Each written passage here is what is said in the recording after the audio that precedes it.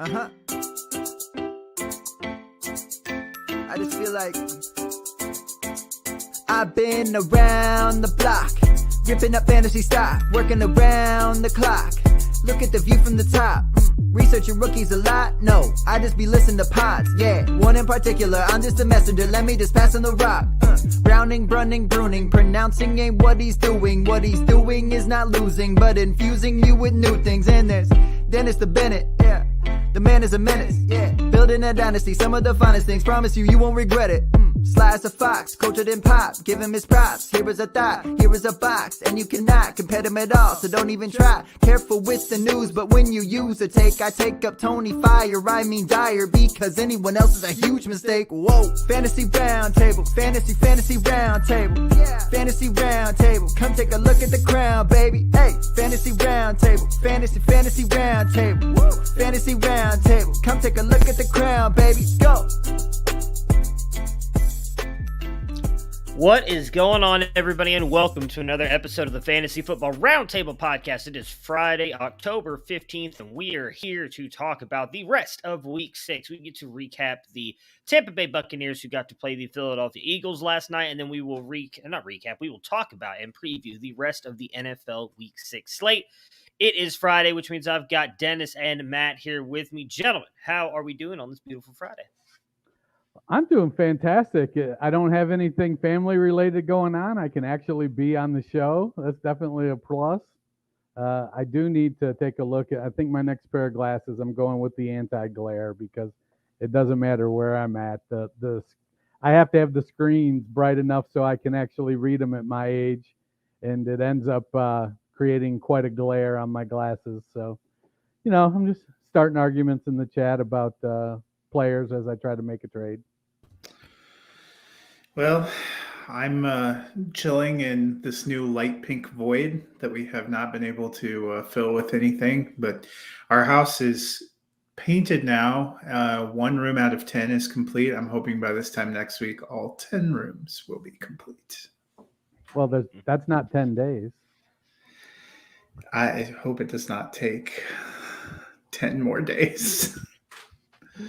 1 room a day, right? God.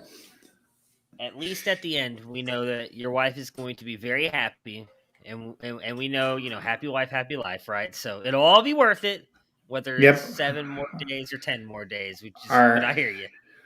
Our bedroom, they call it first light, but I call it light pink. Our master bedroom is that color. The shared office where I usually podcast from is that color. Fortunately, it doesn't look like it shows up that well. And then our bathroom is that color. What I hear is you're going to invest in a backdrop.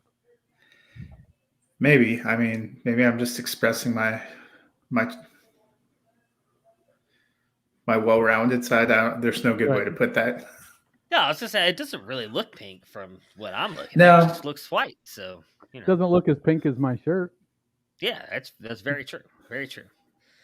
All right, so before we jump into the Thursday night talk here, we would like to say that we are proud to be a part of the Pigskin Podcast Network. You can find them at PigskinPodNet on Twitter, or you can find them at search hashtag TPPN, as you can see up there in the top right corner. Top left-hand corner for you, top right-hand corner for me. I always mess that up. You guys can search that. It will have, is it the top left-hand corner for them? It's right? The right-hand corner for me, but I'm on screen, so. That's what I'm trying to figure out. Now I'm confused. It's right for everyone. It's in a top is right corner. For everybody. There we go. I'll just start saying that. It's in the top corner. Just figure out which one I'm talking about. You search that, and it'll pull up all the podcasts that are associated with that network. It's a great group to be a part of. We're thrilled to be a part of them. So please check them out for any and all of your sporting needs. I mean, it's not snooker. You don't have to call your pocket, man. What? What happened? But it's not snooker. You don't have to call your pocket with where the logo is at. Well, I shouldn't say I hate being wrong. I'm wrong quite often. All right, so the Buccaneers end up beating the Philadelphia Eagles here 28-22. Matt, the Bucs win handily. Is Fournette turning into a top 12 option for fantasy at quarterback, running back? I mean, maybe quarterback. You don't know. They got a lot of season left to go. He might choose him over who's their Very backup, true. Blaine Gabbert I or would Kyle love to. Trask. Kyle Trask, probably. He was RB15 through 5 weeks coming into last night, scored 2 rushing touchdowns, had quite a few passes that he caught. So I don't think that's going to do anything to slow him down. When they made that move last year, there was some thought that, hey, maybe they were going to get a top 10 running back. We didn't really see it materialize in 2020. It seemed like more of a split with Rojo. Rojo actually was better during the regular season. Fournette looked great in the postseason. They bring them all back. First couple of games, there wasn't a lot going on, but it seemed like maybe more of a case of Ronald Jones playing himself out of the rotation than Leonard Fournette totally seizing the spot. But since he's gotten the lion's share of the work, he's been great. And the way they're running and moving on offense, I think he could easily finish top 12. Yeah, he's let's see, did it update? Yeah, he's RB15 on the year on Fantasy Pros and PPR. I would have thought filtering it for just the last 3 weeks would have moved him a little bit, but it didn't. It kept him right there. I think that Fournette, he's RB10 over the past 2 weeks. He's shown that he's the guy. Brady clearly likes him. Jones, I was wrong. I was actually talking with Troy King on Twitter, having a quick exchange earlier today or yesterday. I was wrong on Fournette. I thought the Arians loved Ronald Jones's explosiveness, and they would tailor the game for him. That Fournette would still get some play, but it was going to be Jones primarily on early downs, so they could take advantage of his speed. Gio would play on most third downs, and Fournette would be the handcuff. I was wrong. Rojo had that fumble and has never seemed to be able to get it started. And while he clearly is the more explosive of the two backs, Fournette is well-rounded and is covering all the bases, making enough biggish plays to be able to get the job done. Yeah, and if they continue to lean on him, I don't see this going away. Something, Matt, we talked about earlier in the week that they need to get a little bit more of the run game going. I do think that usually and typically helps out Brady. I don't think they want to throw it all over the place, even though they can with him and the weapons they have. But if Fournette can keep it going, that's going to make that offense just a little bit more well-rounded, a little bit harder for defenses to plan for. So I think it would be good for them if he keeps it up. And I do think he has the talent to. I mean, we've seen him be very good, not just for fantasy, but in the NFL. And maybe a lot of last year, and the reason why he struggled to get there was because of COVID. Maybe we all just kind of, assumed because he had a good game here and there that he was ready and settled in, understood the playbook and everything, and just didn't work out for him. So I'm interested to see if he can continue doing that this year, because while I still like Rojo, he's just clearly not. I just don't think he's a good fit for that offense. That's the way I'll put it, because he definitely does have more explosiveness, but he's just, for whatever reason, not a really good fit for the Buccaneers offense. What are we doing with the Eagles? Do you feel good starting anyone outside of Hurts? And then Matt, we'll talk about the Ertz trade afterwards. Let's focus on the Eagles here, and then we'll get into Zach Ertz being traded. Yeah, I mean, Hurts, I think we've talked about, may not be an incredible NFL quarterback at this point, but he's been solid gold for fantasy. Miles Sanders last night, 8.6 PPR points. That was his season high. That probably tells you all you need to know about where he's at right now. I think for me, Devonta Smith, I like the talent, probably going to be hit or miss. Goddard, especially with Ertz moving on, which we'll talk about in a minute. I think Goddard, when he comes back, probably a guy, given the tight end position, that I feel comfortable firing up in my lineup. But that's just about it right now.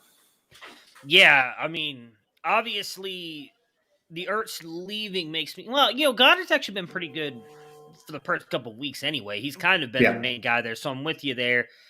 And then Hurts is really the only other guy I believe in. I mean, obviously, I think Miles Sanders is still a very good running back, and I think that he can be good. But as you mentioned, the fact that last night was his highest points in a week, and it's 8.6 just speaks to, for whatever reason, they're not running the ball a lot. And I think a lot of that is on Sirianni. He just looks overmatched at times. I actually put a lot of what's going on with Philly on him, because we saw how good, and granted, I guess you could take it with a grain of salt that it was against Atlanta, who we know is not going to be a good team. They've actually played pretty good down the stretch, and they've put up a good fight against other teams outside of Philly. So I think it speaks a lot more to Philly's just not getting into a groove offensively that they were in week one, because I actually don't think Jalen Hurts has been quite as bad. Again, I'm still not going to say he's not the answer, but he's not. I'm not saying that he is the answer for Philly. Sirianni's got to figure out what he's doing. I think, honestly, maybe he needs to step aside and let somebody else run the offensive play calling and him focus on being a head coach. But just because of garbage time for production and what he can do with his legs, Hurts is, outside of Goddard, I'm with you, the only guy I feel comfortable starting. Well, the big concern I have with Hurts, though, is that, yes, he's good for fantasy right now because he's getting the rushing stuff, but that's not translating to wins. And if it doesn't translate to wins, that means they're going to get another quarterback. So I don't know how comfortable you can be investing in him long term from a fantasy perspective. I feel like if Sanders keeps popping when given the chance like he did yesterday, at some point, I mean, even Urban Meyer figured out give James Robinson the ball. So at some point, I feel like Sirianni will go, okay, maybe we should do more of that. I don't know. It didn't really seem to happen last year with Jonathan Taylor. That's what I was going to say. From where he's come from and the head coach that he played for, that he worked with, and his connection, Frank Reich, that is actually what scares me even more, is that I don't know that Miles Sanders is going to get any more work. We saw, and I don't think it's out of line to say Jonathan Taylor's even better than Miles Sanders. And we saw Jonathan Taylor felt like at times had to fight for every single opportunity on the field, and he was great every time he got the ball, and yet they still didn't want to give it to him. And Miles Sanders is not near that talent. Philly doesn't have near that offensive line, and yet they're still doing the same thing. So I don't know. I will, like I said, it's just weird to me that, again, I'm no football savant. I'm not trying to say that I could call plays better than Nick Sirianni, but when I'm watching the game and it feels like they're running the same 5 plays, and you're running plays where you have Jalen Hurts running and kind of moving the pocket out to his right, but then you have their best wide receiver, Devonta Smith, on the whole other opposite side of the field, you're kind of limiting what Jalen Hurts can do, because you do not want him. He doesn't have the arm strength to pass across his body to be wide open, because there's multiple times that Devonta Smith was wide open on the other side of the field. Then the other thing I will say is that Nick Sirianni having him do that? Is Hurts doing that on his own? That part I don't know. But it's just, the offense just doesn't look right since that first week. So I have a lot of questions about it. We'll see. I don't think Matt, I know, mentioned this, I believe, on Wednesday's show, maybe it was Monday's, that he thinks down the line, if they continue to play this way and the losses don't come, that they might go to Gardner. I don't think that happens. I still think they stick with Hurts the whole year. So dynasty-wise, I do agree with you, Dennis. You may be betting on an asset that's going to lose value here by the end of the season. I still think, unless injury, Hurts stays the starting quarterback all year.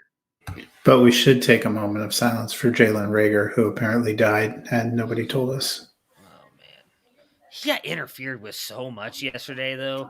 My goodness. What is it? I know. I saw some of the big interference penalties. 9.5 points of pass interference yards. That's what I was going to say. He had 90 yards of pass interference on him. That's just ridiculous. If we got those points, I might be all for awesome. it. But yeah, it just, it's hard enough to believe the way they're passing that they're going to sustain 1 or 2 passing assets. They're never going to be able to get 3. It doesn't look like the way they're going. Yeah. All right, so go ahead. Real quick on Zach Ertz. He gets traded to the Cardinals.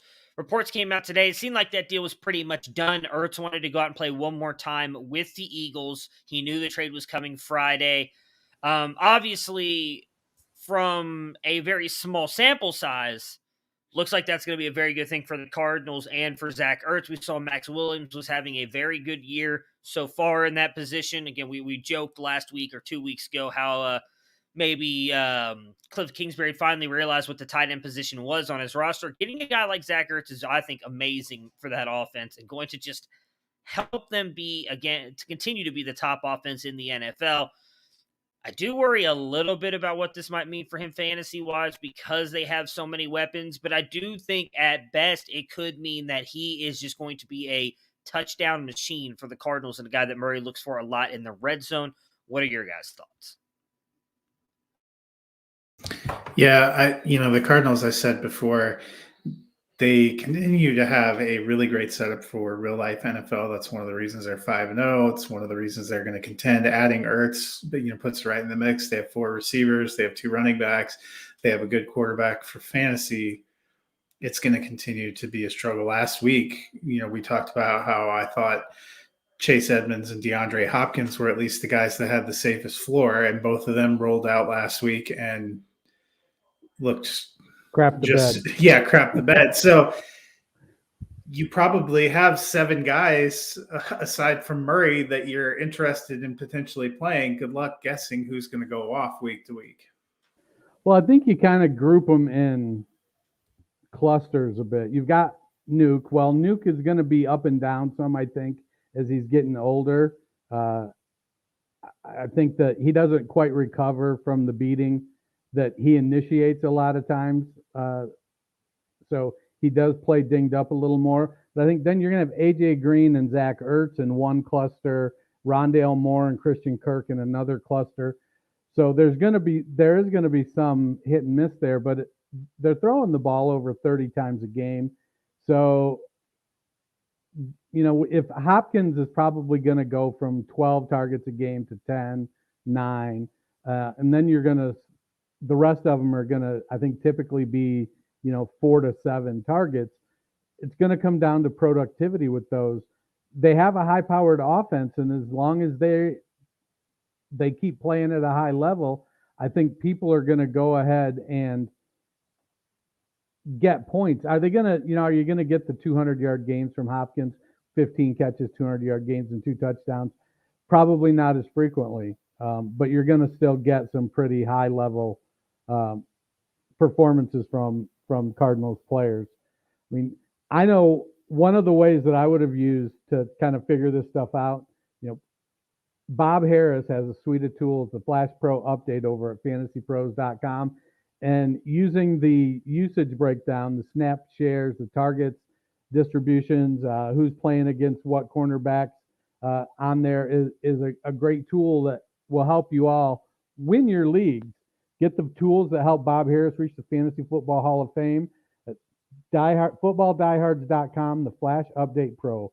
Full suite of tools to help make you a better fantasy manager. Rankings, configurable cheat sheets, mock drafts, consistency tools, target distribution, snap counts, and much, much more. Use code ROUNDTABLE for an additional 15% off the already low price of $24. I know as we play, we used to play a lot of Dynasty, which I still do, but now as I've started to play in some more redraft leagues, I find myself using the tool more frequently to kind of help me stay middle of the pack as opposed to like towards the end, the bottom half. Well, speaking of bottom half, we've got a bottom half NFL game here in London this week for week 1 as we start previewing the games here. The 1-4 Miami Dolphins at the Jacksonville Jaguars, who are 0-5 in London, which is really kind of their second home. Matt, Tua is supposed to be back. Will he help perk up the Dolphins' offense? Well, it's hard to imagine it could be any worse. The Dolphins, I thought they had potential to be a playoff contender preseason. They have looked lost on both sides of the ball. Hopefully getting Tua back will do something positive for them, at least for Jalen Waddle. Well, Devontae Parker's out again this week. We saw last week Myles Gaskin went off with 10 catches. I think I don't think there's any argument that Tua is a better quarterback than Jacoby Brissett. I think Jalen Waddle, Mike Gesicki, and this week even my guy Preston Williams maybe could be in for a little bit of a boost. And they're playing the Jaguars, who, aren't terrific. Jags will have home field advantage though, so there is that.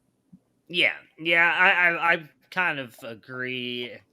It can't get worse than what we've seen with Jacoby Brissett the past couple weeks. If we're being honest, Tua wasn't off to a great start to begin with either, so I'm interested to see. I just hope he doesn't kind of kill the momentum Myles Gaskin was making last weekend. He looked like he was finally really getting involved. I'd like to see that happen. I'd like to see Jalen Waddle and these guys continue to get more work. Dennis, is it finally the week, though, for the Jaguars? I mean, you just mentioned they're going to have that home field advantage in London. They're kind of like the London Jaguars. Miami's defense has been bad. I mean, it's not even like okay. It's just been bad.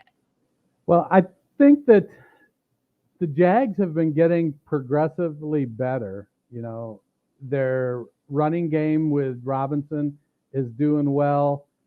Trevor Lawrence is starting to get his feet under him. I don't think anybody doubted Trevor Lawrence's talent.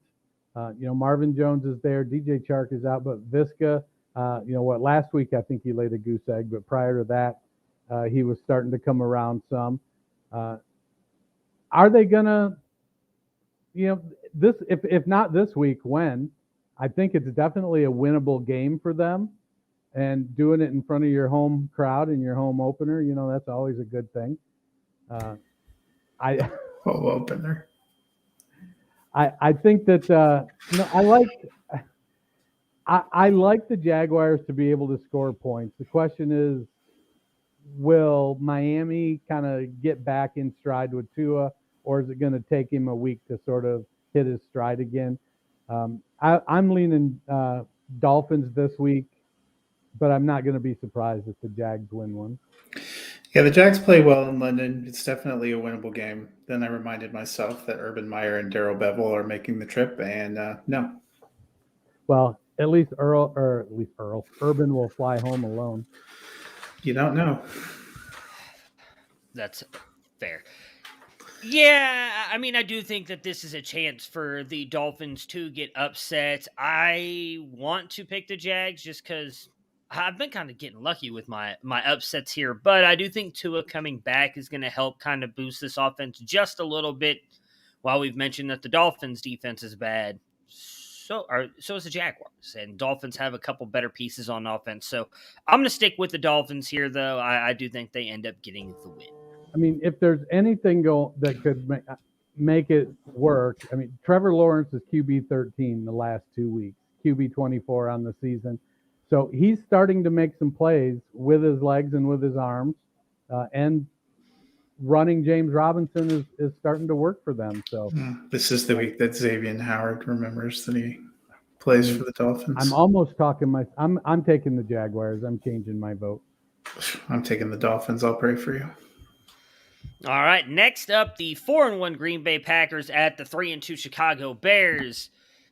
Dennis, anyone other than the big three we want to start for the Packers? In case those of you who may be listening don't know who the big three are, that is Aaron Rodgers, Aaron Jones, Devontae Adams.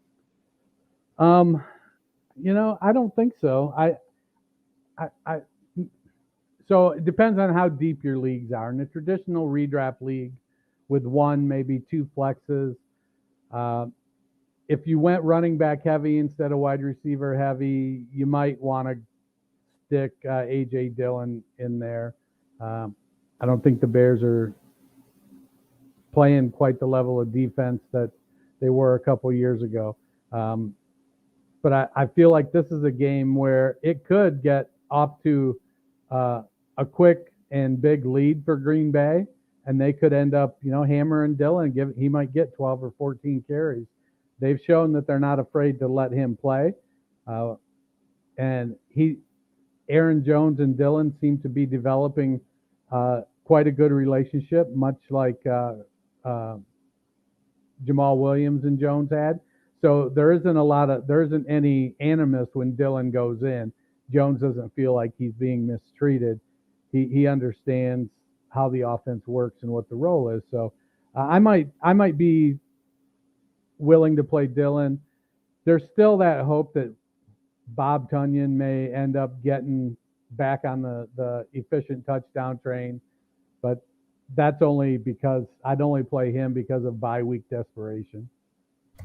Yeah, that's for me. I unfortunately am in a situation between injuries and buys where I have to throw Tunyon out. I don't feel great about it. I think outside of the big three, somebody for the Packers, last week it was Dillon, a couple weeks ago it was Cobb, one of the weeks it was Tunyon, has a decent game. Good luck picking. Yep, which is why I agree. I'm starting the big three. I wouldn't even until start MVS gets Tunyon. back. And until MVS gets back, it is pretty much just a big three. Look at you alone on that island. I mean, if I could still get Ricky Seals-Jones off waivers, I'd rather start him than Robert Tunyon at this point. It's really just those three for me. How do we feel about Allen Robinson? So I have not seen any practice reports for him not practicing today. He has missed most of the week with an ankle injury. Granted, he's a vet, so if they do say he's good to go, still trust him. This has got to be it, right? I mean, Jair Alexander is out, one of the best cover corners in the game. If there is ever a game Allen Robinson is going to get going, it's got to be this one. He was, for my sit start for Campus to Canton, he was my wide receiver sit. He's wide receiver 61 on the season. Turns out, as we talked about before, the kryptonite for Allen Robinson, who's been quarterback proof, is playing with the best quarterback he's ever played with. Justin Fields still learning how to play quarterback, only 438 passing yards, 1 touchdown, 2 interceptions, 51.4% completion. So far this season, I'm not sure he gets it going in a huge way against Green Bay. Yeah, I don't know. I think that this is the week that he starts to come around. The Bears have lost David Montgomery and Damian Williams, so they're going to be relying on the rookie Khalil Herbert. And so it's going to be, I think if you're going to bet the over on Justin Fields rushing yards, this is probably the week to do it. But I think that they're going to throw the ball enough that unless Robinson has drops, I think that Green Bay's defense can be had in the backfield with Jair Alexander out. And, we can, joke about him being quarterback proof until he got a good quarterback. Sometimes things just don't break your way for a few weeks. And I feel like that's sort of what's happening with Robinson. Well, I think this week he gets off the schneid and puts up a decent fantasy week. I hope so, because I need him in a couple places. Like I said, I think this is definitely the one with Jair Alexander not being there. You got Darnell Mooney banged up. Both David Montgomery and Damian Williams. I think fire up Khalil Herbert. Had a good game last week. I think he's in for a huge Robinson game. is officially questionable.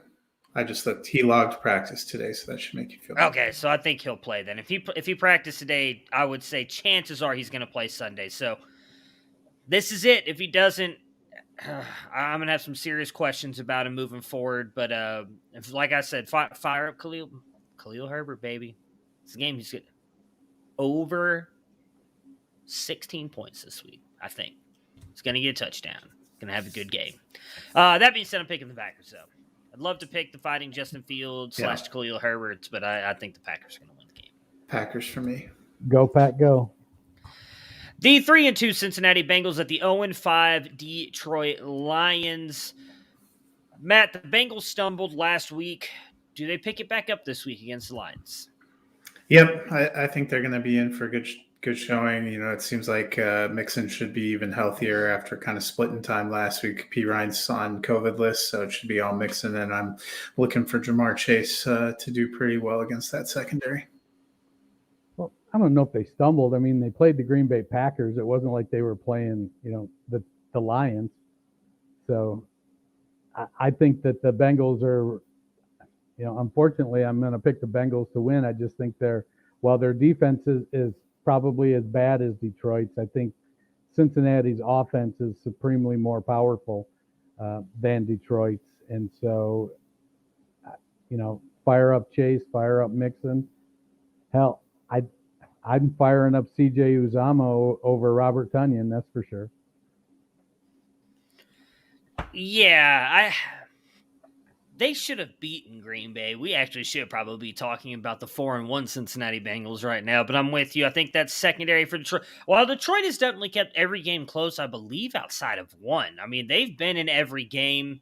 This feels like a game for this passing attack to bounce back in a major way. I think Chase is out there, is going to have a very good game. Higgins, Mixon being healthy is a good thing as well. But Dennis, what should we expect from your Detroit Lions this week? I think you should temper your expectations. All right.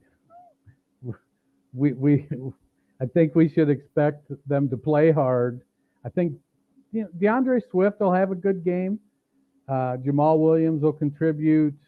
Hawkinson is struggling this year. They do get Taylor Decker back this week, I think, but I believe Sewell might be out now. Ragnow's gone for the year. So there's what was a strength coming into the year. Their offensive line has turned into a liability thanks to injury. But they don't have great receivers. St. Brown, they lost Cephas. St. Brown is the best of them. Khalif Raymond is in that, I don't want to use the Julian Edelman because he's not that good, but that Adam Humphries, Hunter Renfrow kind of mold, short area burst, gets open and with quick stuff. Is Tyrell Williams back this week? I know he was tracking to come off IR. So, that may give them a deep threat that they haven't had. But no, I'm not expecting a whole lot out of the Lions. It's, they're having a rough year. And I think right now the goal is to keep them playing hard for 60 minutes and not check out. Actually, so I'm wrong. They updated today. He said Tyrell Williams will not come off IR this week.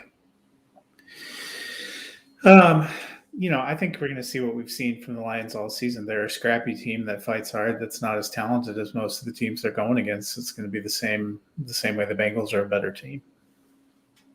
Yep, I agree. I mean, start DeAndre Swift. I honestly think if you have, which you probably don't have better options, start somebody over TJ Hawkinson. I'm a little bit worried about him right now and the way he's been playing, but even though Cincinnati's defense has been very good against the run, Swift has been amazing this year. We were all kind of worried about that split between him and Jamal Williams, and it seems to very much favor DeAndre Swift, and especially with the catches he's getting. So I think Swift is in for another big week here. Outside of him, I would love to see what Amon-Ra St. Brown looks like. Really good last week. Want to see that continue. But Swift is the only guy that I'm willing to start. Anyone picking the upset here in the Lions beating the Bengals? No. Same. So clean sweep for the Bengals here. Next up, the 1-4 Texans at the 1-4 Colts. Dennis, do we feel more comfortable playing anyone from the Texans? I mean, Brandon Cooks, we saw, that must have been a picture of you when you were younger, Matt. You're muted, so we don't know what you're saying. But I don't know. It overwrote my account. I wonder if it's because I was on the other one today. Probably. If you're on somebody else's account, that's why if you ever watch any of ours with Campus to Canton, because we all use the same one now, and so it has my picture on there whenever anybody else goes. If someone sets it as that, if you're using anything of theirs, that's what it does. So, Brandon Cooks, Davis Mills is starting to comport himself fairly admirably. I heard him talking this morning on Sirius XM. They were comparing Mills's throwing ability and the naturalness of his throwing ability to the unnatural throwing ability of Jalen Hurts. They were basically saying that, Hurts works hard and tries hard when it comes to throwing the ball. He's just not a natural thrower. And I think we've seen that throughout his career. I don't know if Mills has the processing speed to be a starting NFL quarterback. I think he's a little slow on his decision making sometimes, but he does have a decent arm. I think, Davis Mills is kind of Jared Goff. He needs to have everything be perfect around him, and then he can execute. But if it gets a little haywire, then he's not gonna be able to pull it off. So, in a desperation situation, you might start Mills. Are you starting Mills over Geno Smith maybe? some of those deep dynasty leagues, you got some guys with, that have been able to amass 3 or 4 starting quarterbacks. You may be better off starting Brandon Cooks in your super flex spot. But the running game is a hot mess. Who knows what's going on with the tight ends there? So basically, it's Cooks, Davis Mills out of desperation, and maybe at some point we'll see Chris Conley or somebody step up. Nico Collins should be coming back fairly soon, so maybe somebody will step up in that second wide receiver role there. But I'm not crossing my fingers just yet. Yeah, there's no one I feel comfortable or excited to start. Brandon Cooks, you're probably putting out there. The one I mentioned earlier this week that I'm watching is to see if Chris Moore can keep it up, because we saw flashes when he was with Baltimore. He obviously comes over. David Culley is familiar with him. He looked really great last week, but I need to see it again. Yeah, it's just Cook for me. I think he can bounce back a little bit this week and have another good game. He's been good all season. Last week was Davis Mills' best performance, obviously. I do think some of that was the Patriots saying, hey, we want him to beat us, and he almost did. So I think he deserves some credit there. But Cook is really the only one for the Texans, which sucks because they've got 3, at least I would say, interesting running backs, but just can't seem to really give one of them the ball. So, Matt, are we in for another good game for Jonathan Taylor? I mean, everything is pointing towards it, but we know who the head coach is. I mean, I really hope so. He was really involved as a runner and a receiver last week and looked really good. Hopefully they will get that going again. Not a defense that scares you, and the Colts looked it was their best offensive week, I think, so far this season. They really need to get the wins piled up. Yeah, I think that we're starting to see the team develop an identity. Reich is going to continue to outsmart himself when it comes to Jonathan Taylor. That's because that's just who he is. He's going to have some stretches where Taylor's going to get some nice run. But at some point, after Taylor does what he did last week, Reich is going to put in Nyheim Hines on every third down of a game, every 2-minute drill, every 4-minute drill. And it's going to cut into Jonathan Taylor. T.Y. Hilton's coming back, I believe, this week. He might be out one more week, but he's getting ready to be activated. I don't know what he has left in the tank. I think it's a little bit different than what Zach Pascal and Paris Campbell bring to the table. So he's got a little more of that deep outside speed, so he may be able to open up some more of that underneath stuff. And we've seen Mo Alley Cox splash. Mo is part of that, tight end 8 through 20. And he's going to, give you 15 points one week and 3 points the next week. So I think that it's, you ride Taylor and hope for the best because we know he can do it. Pittman I think Pittman's good to go. We're witnessing a breakout with him. He for lack of a more modern term, he mossed that dude on Monday night. He went on that touchdown. He kind of fought the hell out of him and took the ball and scored. So I like what Pittman's doing. I expect him to continue to rise up the ranks as well. All right, who you guys picking to win this game, the Texans or the Colts? Colts. Man, you guys made a good case for the Colts, so I'm going to stick with it. As am I. The 4-1 Los Angeles Rams are going up against the 1-4 New York Giants. Dennis, are we back to feeling confident in starting Robert Woods? I was never not confident in starting Robert Woods. I do think that there has been, that each of them are going to have some down games, 2 or 3 of them in a row even. But it wasn't like Woods was not being targeted early in the season. But Kupp was just producing really, really well. So, no, I think Woods is, at the beginning of the season, preseason, I think there was some hope on, I'm going to say my part, maybe some other analyst part, that maybe they would be both top 15, top 16 wide receivers. Maybe it's more they're both top 24 receivers, and they alternate who's the wide receiver one and who's the wide receiver two. But I think Woods is going to be just fine. He's still going to get some of the running plays, and I think that's something he does that adds a little bit to his production. I guess for me, I'm a little surprised that Van Jefferson hasn't been more consistent in the wide receiver 3 role. But then there's a lot of mouths to feed with the running backs and the tight end and 2 stud wide receivers. So. Yeah, I'm going to disagree a little bit. I think Cooper Kupp ends up finishing as a wide receiver 1. I think he's clearly number 1. What was encouraging about what we saw with the usage is I'm with you that I probably wasn't not starting Robert Woods, but you started to worry, are we going to see Robert Woods wide receiver 14, which we've seen the last few years, or Robert Woods wide receiver 30, which is what it was looking like last week, gave you more hope that you're going to come back and by the end of the year see Robert Woods around wide receiver 14 be a solid wide receiver 2. I feel like he's probably going to be more in the 18 to 20 range. I feel like Kupp is going to be top 10, Woods is going to be top 20.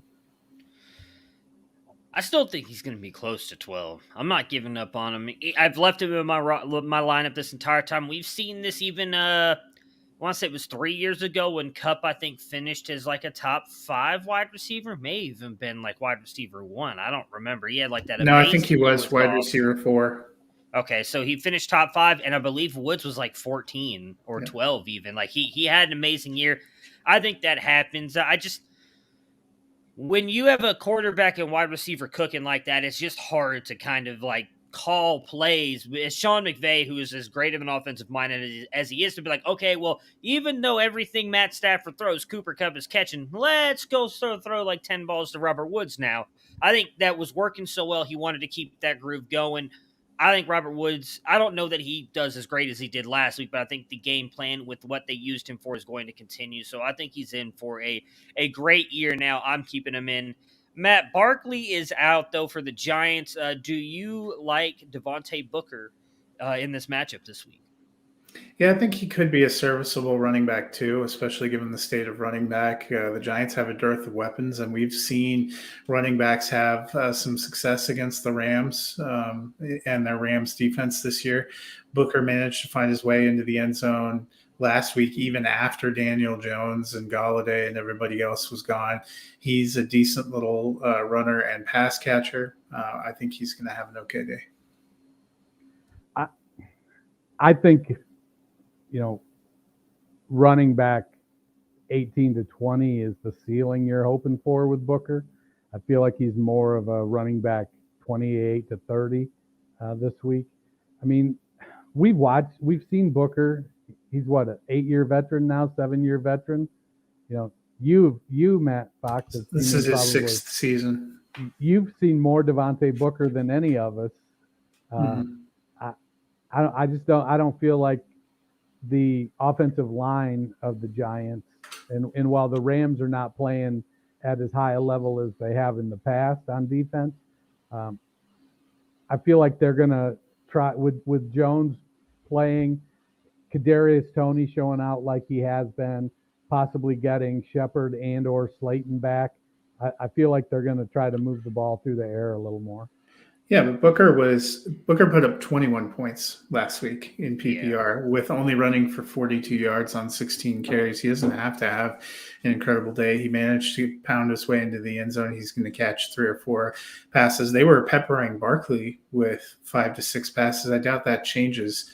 With not having it, Galladay's not going to play. I'm not sure Evan Ingram's good. Shepard's on the fence. Toney was on the fence. Slayton's on the fence.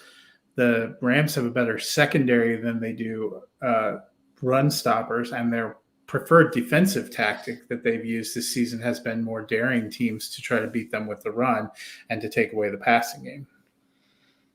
Yeah, that's why I think he's at least an RB2 this week. I think he's going to be fine.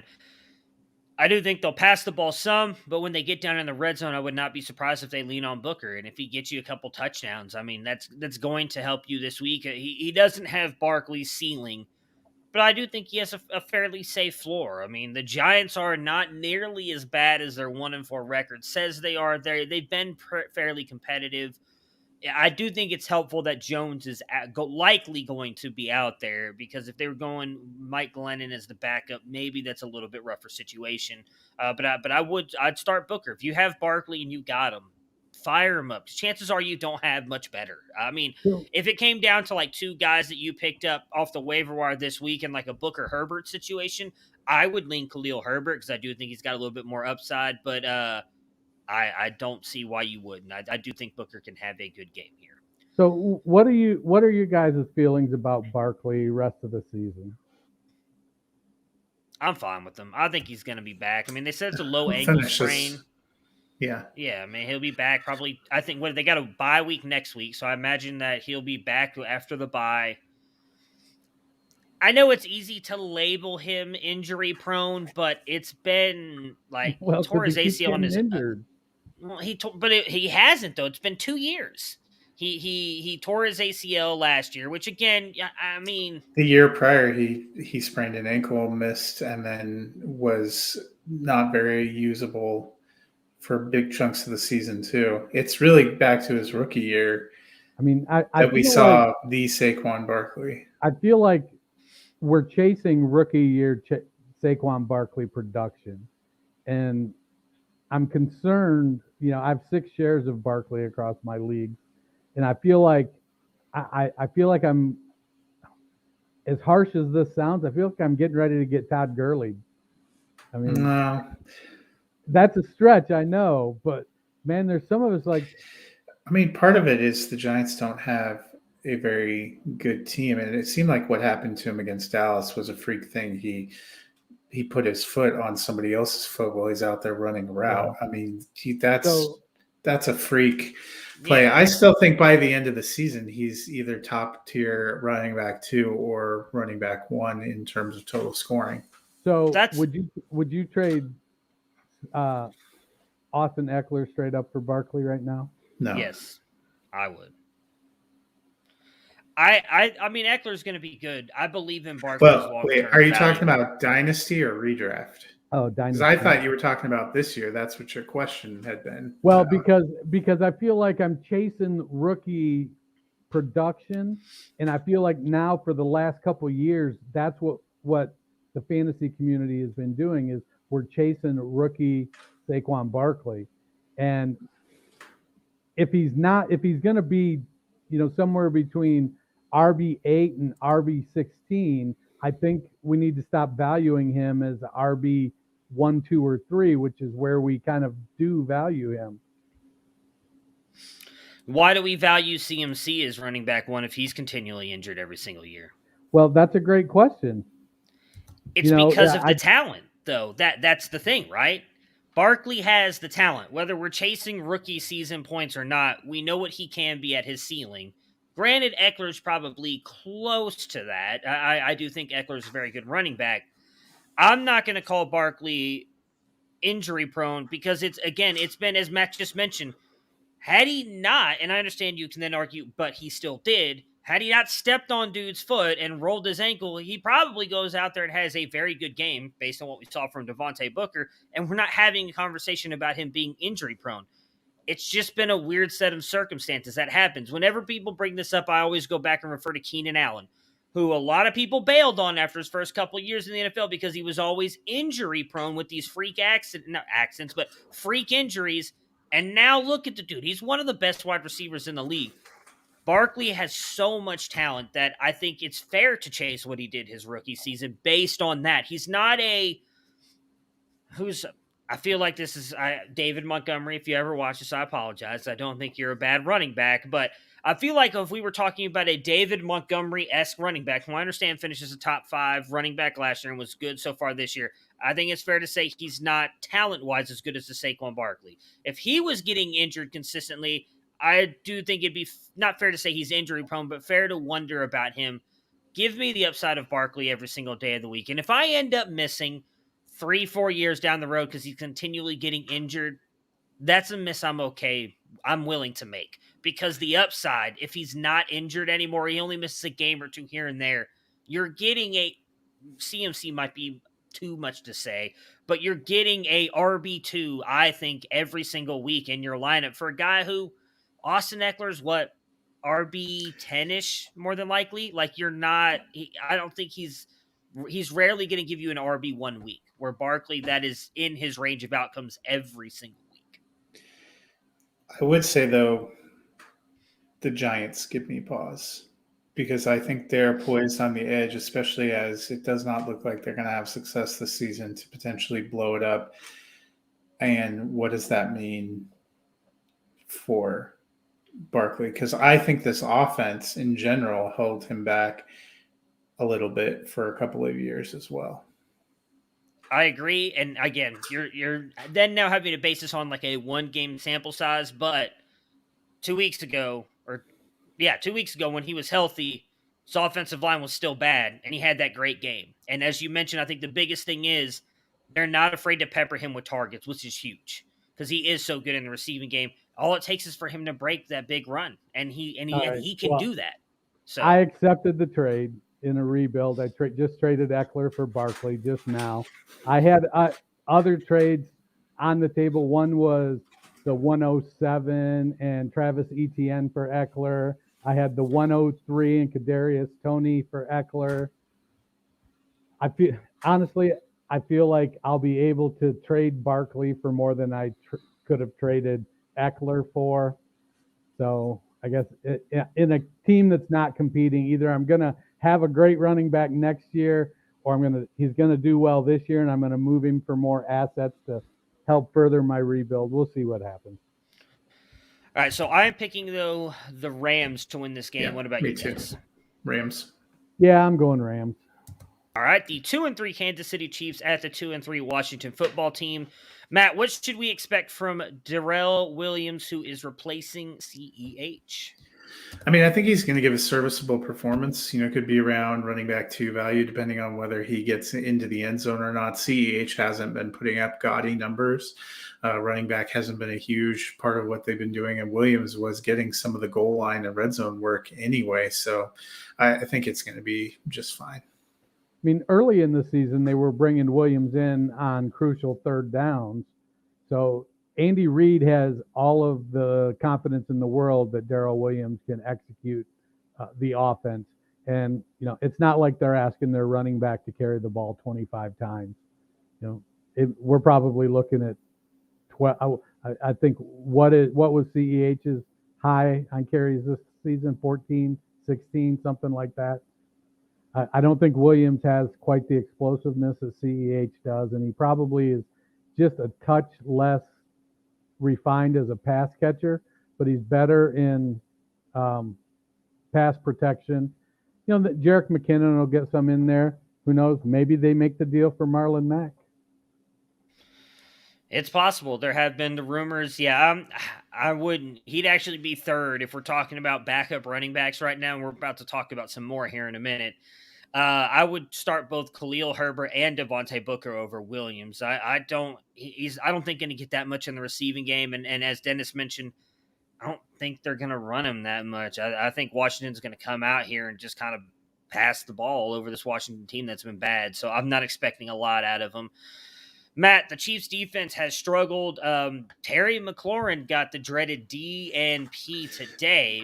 Yeah, but they said he's playing on Sunday. It was precautionary. Well, still, how do you feel about him and Antonio Gibson this week? Yeah, they're both a little bit banged up, which gives you pause, but they're also the only great pieces of that Washington offense that are available.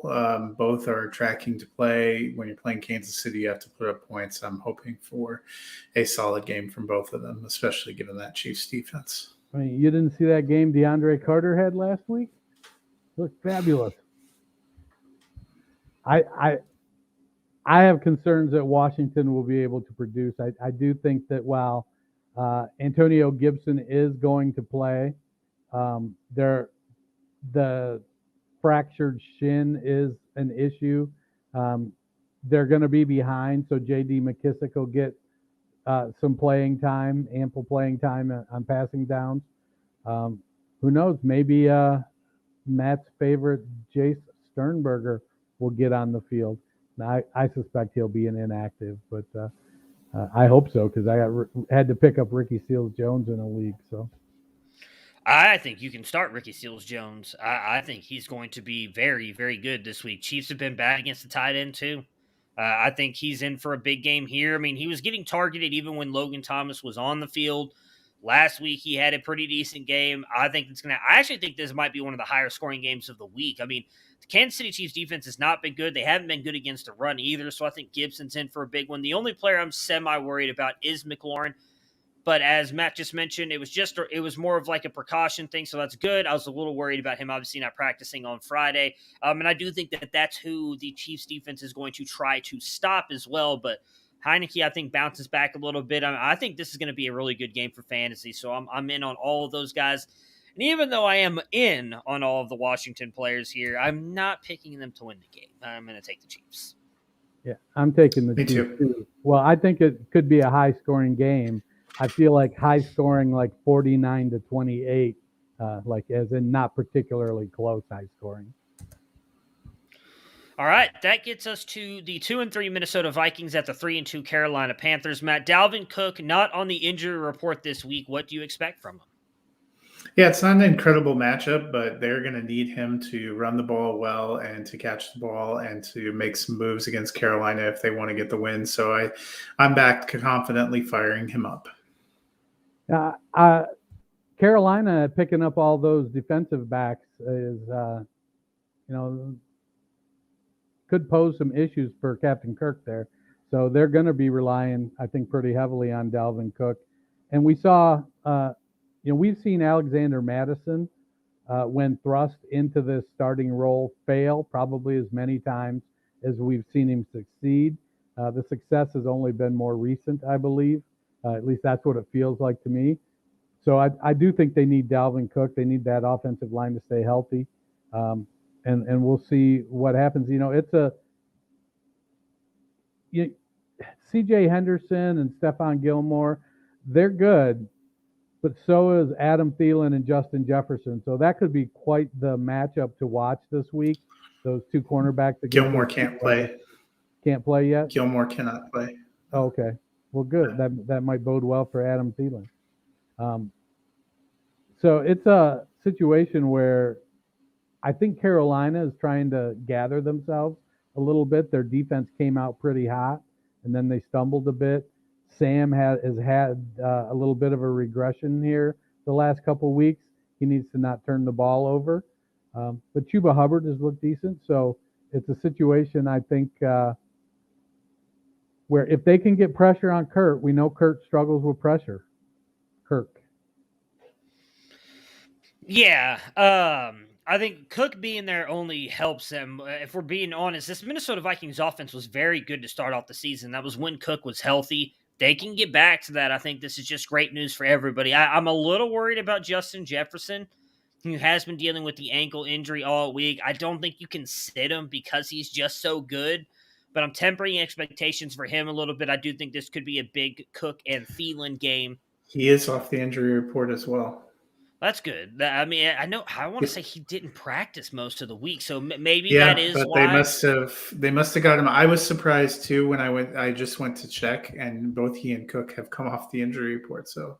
All right. Well, I mean, that's good then. I mean, if he's healthy, then you're definitely feeling good. I was a little worried because, like I said, I believe he hadn't been practicing all week, but the fact that he's off the injury report, that's good. So, yeah, but Cook, I think he's in for a good game here. Carolina's defense, we talked a lot about it. Were they as good as they looked because of the teams they were playing? Maybe that seems to be more of the case. I think Cook's going to be in for a good game here. Dennis, CMC looks like he has been ruled out again. I'm sorry. Can Darnold, though, bounce back this week against the Vikings? Yeah, I think, did I have Minnesota's depth chart? Everson Griffin has been playing well, and, Eric Kendricks, Anthony Barr. They've got some decent linebackers. Daniel Hunter, still good. So, for me, it comes down to, can he stop the turnovers he's had the last couple weeks? If he can, then I think he gets back on the Schneid or off the Schneid. I saw a thing earlier today. Scott Connor, Charles Chill, FF, I believe it is, on Twitter, posted a thing asking about who are the running quarterbacks in the NFL right now. And the Sofa Scout, Jeff Abercrombie, said it was that he listed Sam Darnold, and then Scott came back and said, well, only touchdowns. He hasn't been getting any yardage. He's just been getting the touchdowns. So, I mean, I don't know if I'd consider Darnold to be a running quarterback. He's a quarterback that can run. I think he runs maybe a little better than Mahomes. Doesn't quite have the arm and the mental makeup, but I like I think Darnold will be fine. Yeah, I think he has to avoid the turnovers. Minnesota's defense has been a little bit better this year than some of the sieve that we saw last year, but they're still not incredible. DJ Moore used those weapons more. Anderson, Terrace Marshall. I think they need to get back on a winning track. Yeah, I'm with you. I mean, look at what they did to Baker, and I don't think it's unfair to say Baker's a better quarterback. This defense has actually been pretty good. I think a lot of this is going to be on their weapons to pick things up. And I'm going to be honest, I don't know that he bounces back without CMC because he hasn't really looked like the same quarterback without CMC being in that offense either. So I'm a little worried about Darnold. I'm not panicking on him, but I am a little bit worried about him picking it up against this Minnesota defense. I think I'm going to take the Panthers to win this game. It's very close. I can see this going either way. I'm going to go Vikings just to be different. I'm taking the Panthers. All right, that takes us to what I think is going to be the best game here in the early window, and that is the 4-1 Los Angeles Chargers at the 4-1 Baltimore Ravens. Matt, we've seen Jared Cook and Donald Parham used more of late. Which tight end, if any, on the Chargers roster do you trust? Yeah, we've seen them both get involved. That has to make Dennis happy, a big Parham stan. That being said, I still think Jared Cook is the one that they're using more. Maybe that changes later in the season. I have him as a high-end tight end too. You know, I'd rather be early than late, and I'm definitely a year early on Parham. I think Jared Cook is playing mentor to Parham and showing him how to play in that Joe Lombardi offense. And when Parham gets in, he looks great, he executes, and you can't teach 6'8", 4'6". But I think Cook is the one you trust for the production. Parham is the lottery pick when you throw up in desperation. Yeah, it's Cook for me, and let's hope, just for my sake, because the rest of my tight ends on Scott Fishbowl in the Scott Fishbowl league have been decimated with injuries. So Yeah, Jared same. Cook, baby, I need R.I.P. you. George Kittle. Yeah, Logan Thomas, Max Williams, and I can't. You and I have the same Rob tight ends. Gronkowski. Yay, tight ends! All right, Dennis, are you comfortable playing anyone from the Ravens backfield? No. Am I playing somebody? Yeah, I'm playing Tyson Williams, but I am not comfortable. It's like somebody stole my bike seat and I got to ride home.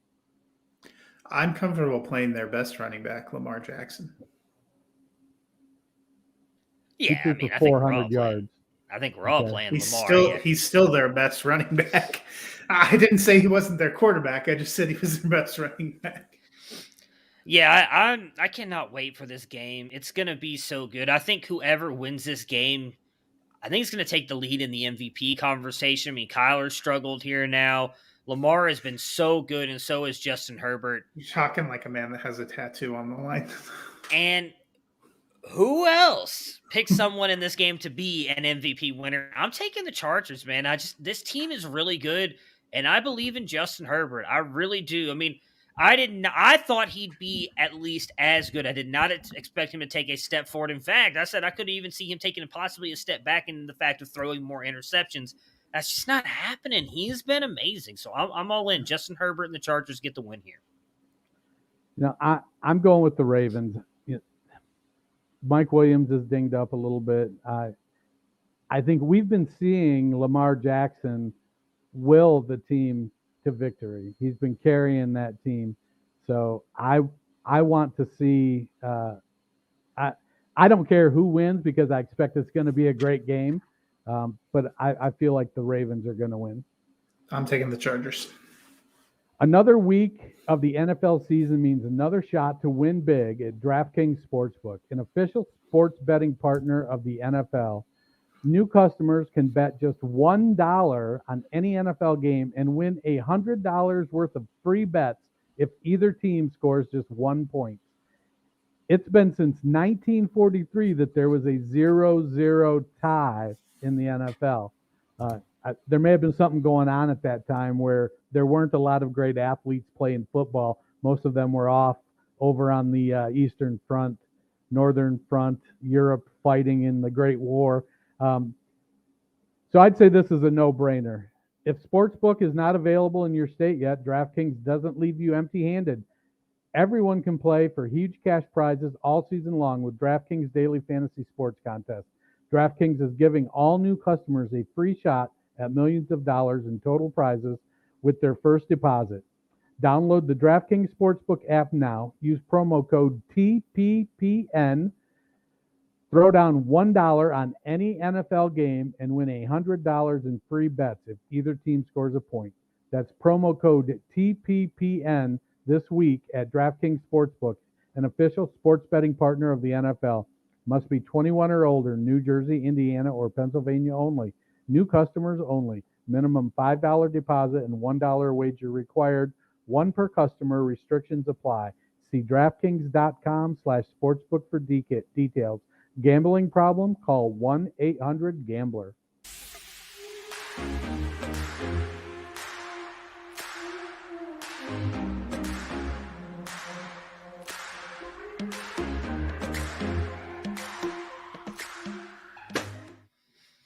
All right, that takes us to the last my jam. undefeated team in the NFL, and that is the Arizona Cardinals, who are 5-0 at the Cleveland Browns. Both teams got some running back issues here. Matt, what do you make of the Cardinals' backfield? I make that it's the well of sadness. James Conner probably will carry 95 times for 100 yards this year, but he's going to end up with 70 touchdowns. And Chase Edmonds had been really able to overcome not getting the touchdown looks with his receiving and rushing work last week. He's a little bit banged up. I feel more comfortable starting Edmonds, but I think they're both in that group of Arizona players that you throw them in your lineup and hope for the best. I don't know. I'm a little skittish on Arizona running game. Cleveland's defense and that defensive line, that front seven, is playing really well. So I would be a bit hesitant. I feel like it's going to be a heavy passing game for the Cardinals. So if I'm playing multiple Cardinals outside of Kyler, it's Hopkins, it's Moore, it's Kirk, AJ Green. Can't play Zach Ertz yet. Yeah, I feel more comfortable playing Edmonds in this matchup, but I agree with Matt. Like, this is just going to be a very frustrating situation all the way down the season. Dennis, no Chubb, who among no Chubb this weekend. Actually, Have you tried Viagra? I have. It still doesn't work. And unfortunately, it looks like Kareem Hunt might not play as well. So I do want to add in this really quick. Go ahead. No, it's just sad. Oh, yes, yeah. Dearness Johnson or Demetric Felton? Do you trust putting either one of them in your lineups? And do you feel comfortable starting a Browns wide receiver? See. We got Odell, we got Peoples-Jones, we got Higgins. Feels like a David Njoku kind of week, doesn't it? Felton's going to get some play. Dearness Johnson's going to get some play. I feel like Hunt's going to carry the majority of the load. He's going to play. I would be surprised if he's held out. But if I'm playing one of Johnson or Felton, it's Felton because he will probably take over some of the third down work, some of the receiving work, because that's kind of where he goes. At some point, Odell and Baker got to get on the same page, right? Odell didn't all of a sudden become a terrible route runner. He's still a good route runner. I know Baker's dealing with a little bit of a shoulder injury, but I feel like Stefanski's smart enough to get that figured out. I'm probably only starting Odell with any confidence, aside from Austin Hooper and Kareem Hunt. Njoku would be a sleeper tight end for me. I would consider Felton if I knew Hunt was out. If Hunt's playing, I don't know if I trust Felton enough to feel great about having both of them out there. But it looks like there's a possibility Jarvis Landry gets activated for this game. And if that happens, I am putting Odell Beckham Jr. in my lineup. Yeah, he's already been designated to return, and we've seen this year that a lot of these guys, when they come off the short-term IR, are playing immediately. So I do think if if they say he's playing Sunday, he's right into my lineup. I mean, he was good with Baker up until he got hurt, and he's honestly the only one outside of Njoku. I mean, I think Donovan Peoples-Jones could have a good game here.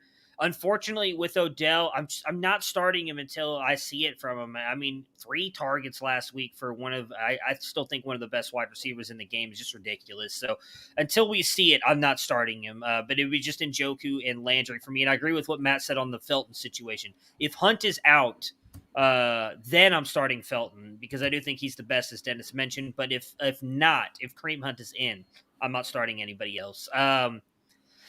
You know what? I went against them last week, and I'm not going to do it this week. I think Arizona finally loses a game. I'm taking the Browns to win. That's mine. Yeah, me as well. The 3-2 Las Vegas Raiders at the 3-2 Denver Rapid Broncos. Fire Yeah. Dennis, how will this week's events impact the Raiders? I think they're going to struggle. I do. I think it's going to be a challenge. Do I think that they can bounce back in a couple weeks? I do, but I think right now, this initial first week, it's going to take some time for, what's his name, Rich Bisaccia? Yeah. I'm not sure how to pronounce that. it. I know they Pronouncing isn't what we're doing. So I know they didn't change OCs or DCs, but it's going to take, I think, a week, 2 weeks to sort of get a routine figured out there and get some of that stuff worked out. So yeah, I'm not high on the Raiders this week. Yeah, sometimes you have an incident like this and it can galvanize players and stuff. And if they were at home, maybe I think they'd have a better chance of that, but they're going on the road to Denver. We've seen the weariness, I think, in Raiders players, coaches, and front office personnel all week as they've had to answer these questions. I think it's going to take them a little while to get on track. Might derail their season. I agree. Unfortunately, as good as they've looked to start this year, and I'm going to be honest, I think you may not be able to bench every single one of them based on your lineup, but I would be very hesitant to play any Raiders. I mean, the Broncos have a very good defense, and I just think this is going to be it's been a bad week for that team. Matt, we talked about it earlier in the week. I felt really bad for the Raiders players having to deal with all this because they really didn't do anything wrong, and I think it could honestly affect their performance this week. Matt, can the Broncos turn it around and end their losing streak? I hope so. They still have quite a few injuries, which isn't great, but they seem like they played better in the second half. To me, what is the biggest gamble for them is coaching. Yeah, I'm looking for a Javonte Williams breakout week. He's been playing really well. So hard to get that on 5 carries a game. Yeah. Very true, but I actually think it's coming. I think Javonte Williams is going to have a good game this week. I'm taking the Broncos to beat the Raiders. I'm taking the Broncos as well. So I take everybody's silence as agreement. So we will move on to the 4-1 Dallas Cowboys at the 2-3 New England Patriots. Matt, can Trayvon Diggs get an interception in his 6th straight game? And is he the early defensive player of the year? I'll say lead. Is it his award to lose? I think yes on both accounts. Mac Jones has not been immune from making mistakes. It's harder for him, but I think the Cowboys offense is going to put up enough points to force the Patriots to have to try to keep up. And that's where Trayvon Diggs shines. And I do think at this point in time, he'd have to be the lead right now in Defensive Player of the Year. Yeah, Diggs has been killing it. I don't think we have any reason to expect that he won't have another interception. I think the only thing keeping him from interceptions is the quarterback saying, "No, I'm good. I'm not going to throw it over there." Yeah, I still think he's going to have to. I think this is going to be a little bit better game than people are giving him credit for, but I do think he's the leader in the clubhouse right now, and I definitely think he gets an interception. Why not? Dennis, do you trust starting anybody from the Patriots side in this game?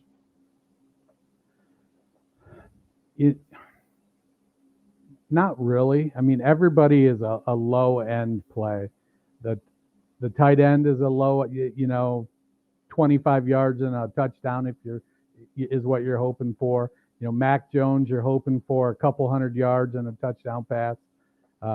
Jacoby Myers, Nelson Aguilar, Damian Harris. I mean, they haven't opened it up for Mac Jones yet, and said, let's go, let's just see what you can do. And I think until they do, we aren't going to know what that offense could be.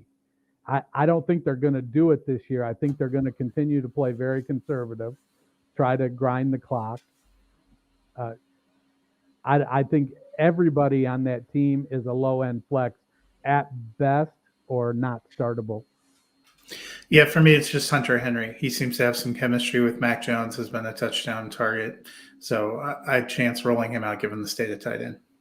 Yeah, I agree with that. I still probably play Jacoby Myers. I think he's going to get probably 10 catches for 80 yards and no touchdowns. But I think Myers has been pretty good in PPR leagues. Again, I think it's going to be a very close game. I think Cowboys are going to rely on Zeke heavily in this one, actually. But I will take the Cowboys to win against the Patriots. Me as well. Yep, Cowboys for me. Moving on to the Sunday Night Football game, the 2-3 Seattle Seahawks at the 2-3 Pittsburgh Steelers. Matt, how does Geno Smith change the Seahawks offense? I don't really think he does. We saw him come in and roll out there and look good, having some success in a limited role. He's not as dynamic as Russell Wilson, but he seemed to know how to find DK Metcalf, and that's probably a good start. They're going to do all the same things, just not as well. Yeah, I kind of agree with that. I'm keeping everybody in. I'm not really worried about it.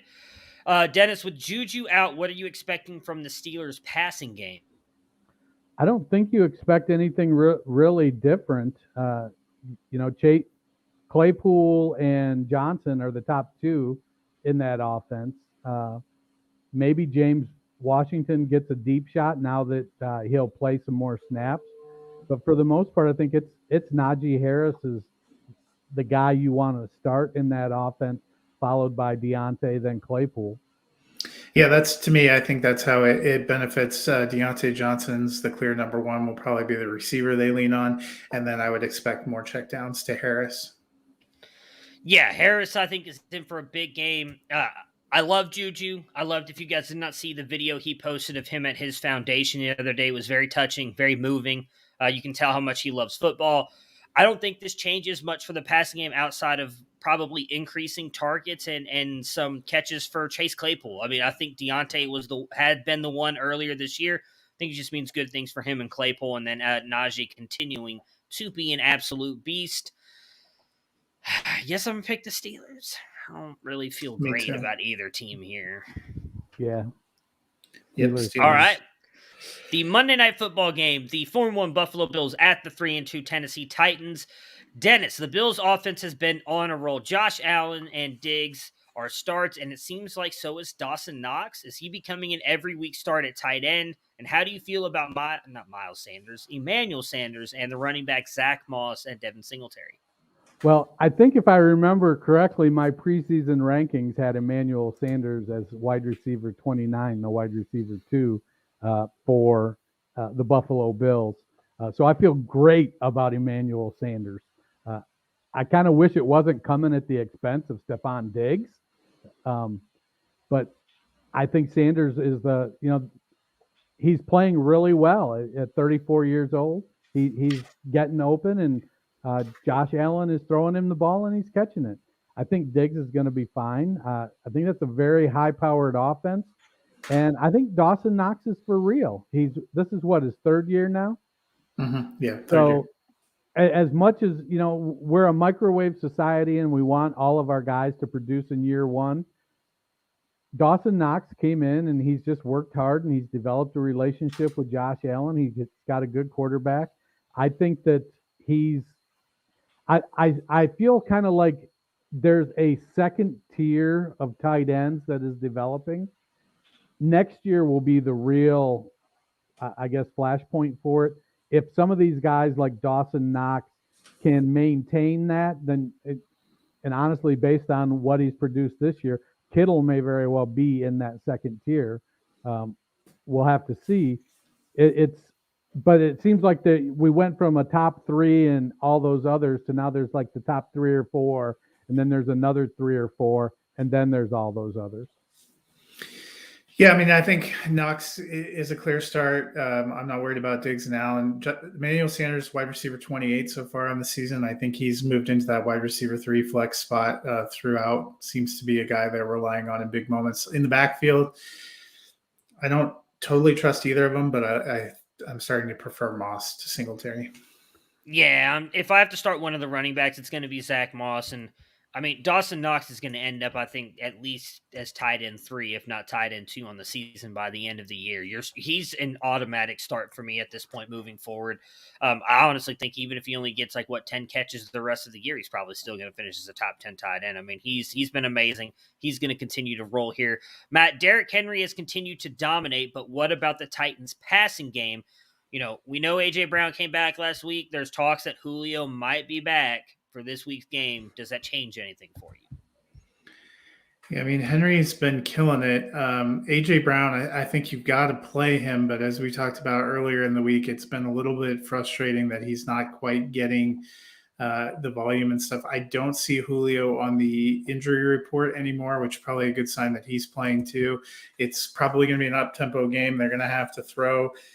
I've moderated expectations on both Brown and Julio Jones, and Anthony Firkser, who is a guy that we thought might have potential for a breakout. I don't think he's playable at tight end anymore. Yeah, they're going to try to grind the clock and keep the Bills off the field with Derrick Henry, and sometimes they're successful with it. Last year, they were very successful with it. It hasn't been as consistently successful this year, but that's what their offense is going to try to do, and especially with Brown and Jones back, they'll try to take some shots. We'll see. I feel like Buffalo's going to be able to win this one fairly easily. But Tannehill just hasn't been playing at the same level, and it's affected the whole offense. And then the wide receivers being injured has had that effect. The only constant so far is Henry. Yeah, we talked a little about this earlier in the week. Matt and I did. We talked about our rankings. I think Henry's all they've got, and I think Buffalo might even be able to slow him down a little bit. That secondary is really good.